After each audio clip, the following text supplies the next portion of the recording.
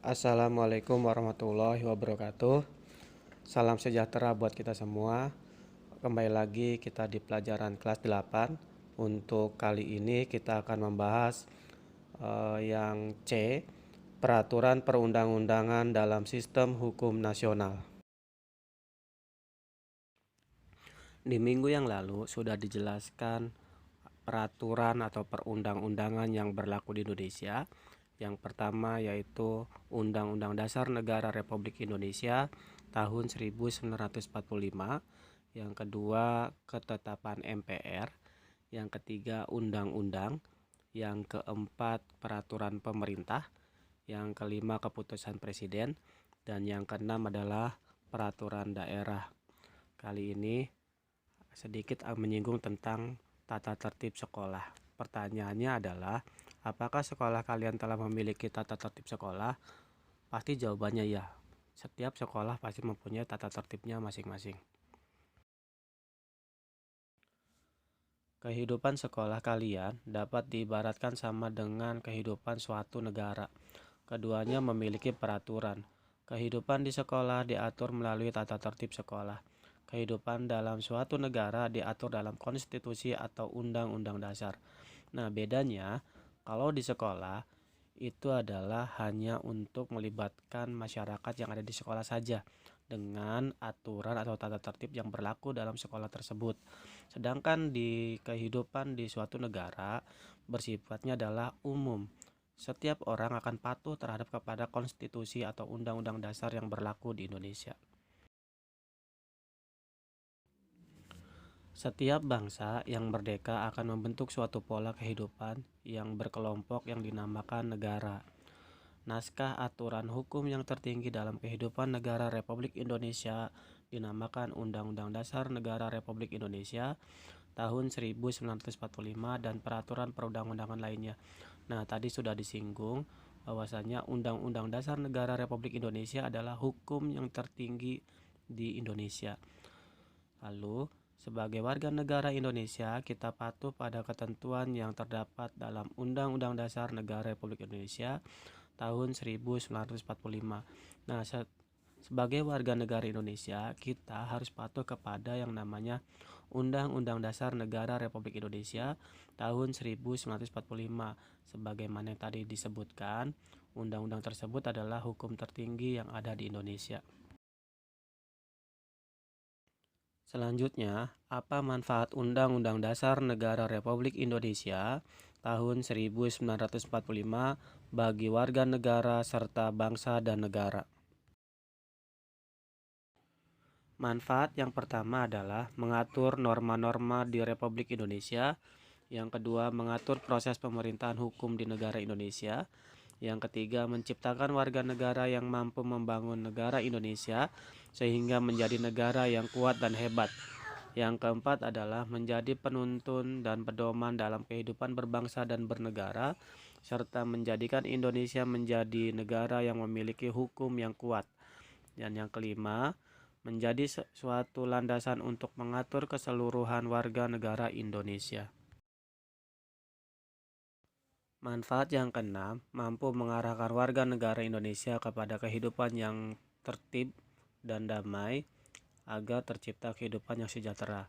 Yang ketujuh, menjadikan sebuah negara yang harmonis dalam berbangsa dan bernegara. 8. Menjadikan bangsa Indonesia sejahtera, adil, dan makmur. 9. Melindungi segenap bangsa Indonesia. 10. Mencerdaskan kehidupan bangsa.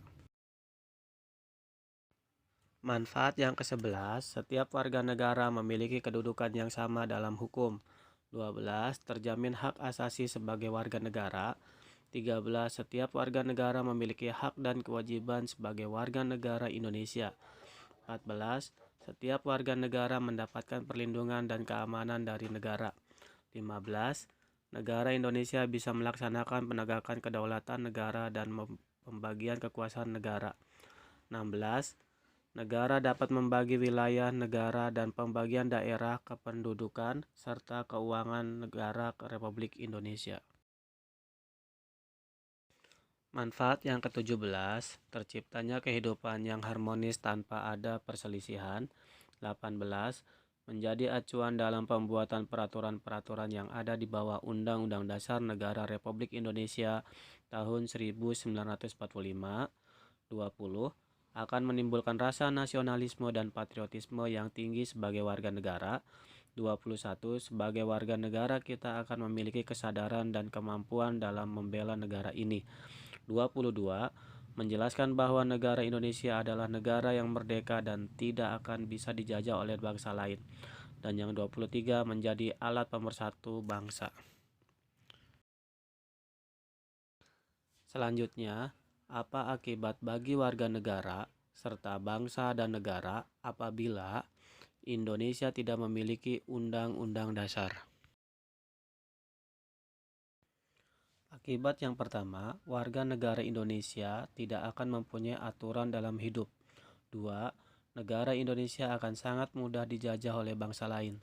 3, akan terjadi perselisihan dan permasalahan-permasalahan sesama warga negara Indonesia. Yang keempat, negara tidak lagi memiliki arah dan tujuan yang jelas. 5, terjadinya perpecahan, kekacauan, dan berbagai macam kerusuhan. Yang keenam, banyak terjadinya penyimpangan kekuasaan. Yang ketujuh, hak asasi manusia tidak lagi dijunjung tinggi. Kedelapan, hukum tidak lagi memiliki arti. Undang-Undang Dasar juga mengatur syarat menjadi presiden dan wakil presiden di Indonesia. Jadi, peran cukup besar, mungkin masih banyak lagi manfaat Undang-Undang Dasar tahun 1945 dan juga dampak buruk jika Undang-Undang Dasar tahun 1945 tidak ada di negara Indonesia ini. Saat ini saja sudah banyak kita saksikan dan kita dengar sendiri peristiwa-peristiwa mengenai tanah air tercinta kita ini. Apakah hal tersebut terjadi karena telah berkurangnya rasa cinta terhadap tanah air Indonesia? Atau apakah karena Undang-Undang Dasar Negara Republik Indonesia tahun 1945 tidak lagi dihormati dan dijadikan pedoman bagi warga negara ini? Jadi, kita sebagai warga negara Indonesia harus mengembalikan semangat nasionalisme dan rasa cinta tanah air seperti dulu lagi, agar negara kita terus maju menjadi negara yang hebat dan kuat.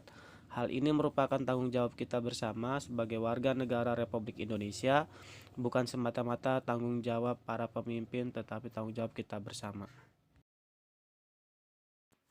Sekian materi untuk hari ini. Untuk selanjutnya ada tugas, silakan buka video selanjutnya. Terima kasih. Wassalamualaikum warahmatullahi wabarakatuh.